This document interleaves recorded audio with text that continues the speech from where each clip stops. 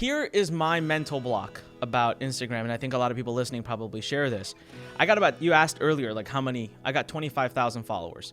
I don't know how I got them. That is purely organic. I probably did a couple little contests along the way or something. I was just fumbling around. And so I'll post a picture, right? And I'll sit there and I'll type the message.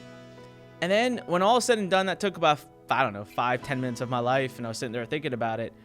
And I'll get a few hundred likes, like thumbs up or whatever. No, the hearts, right? Yeah.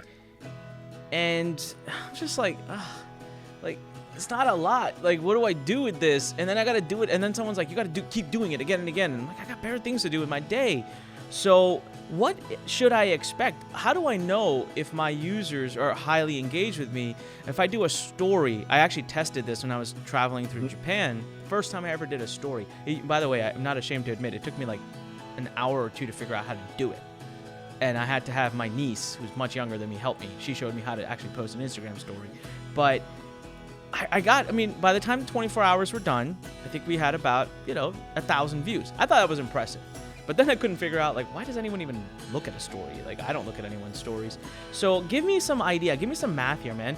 What kind of engagement shows good health of an Instagram follower?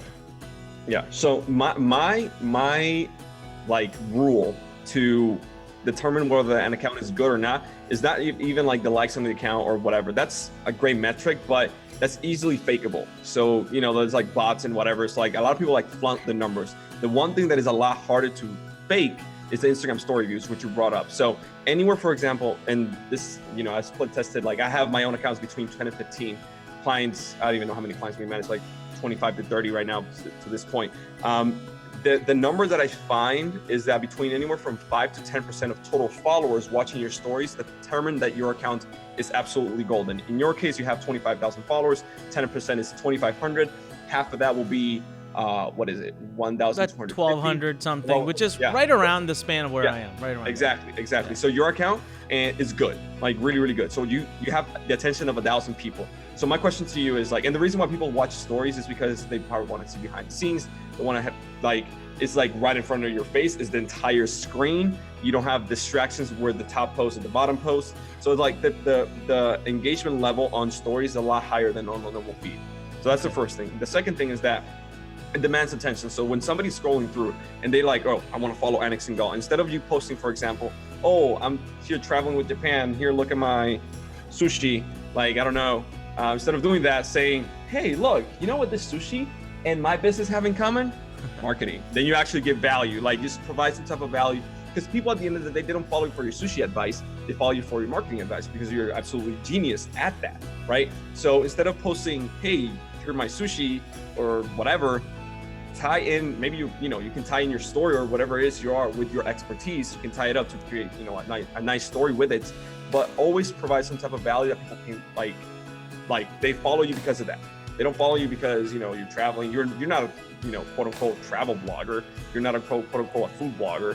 You're a marketer. And that's what people follow you for. So 25,000 people follow you because of that. So, and there you have the attention of 1,000 people in every single 24-hour timestamp.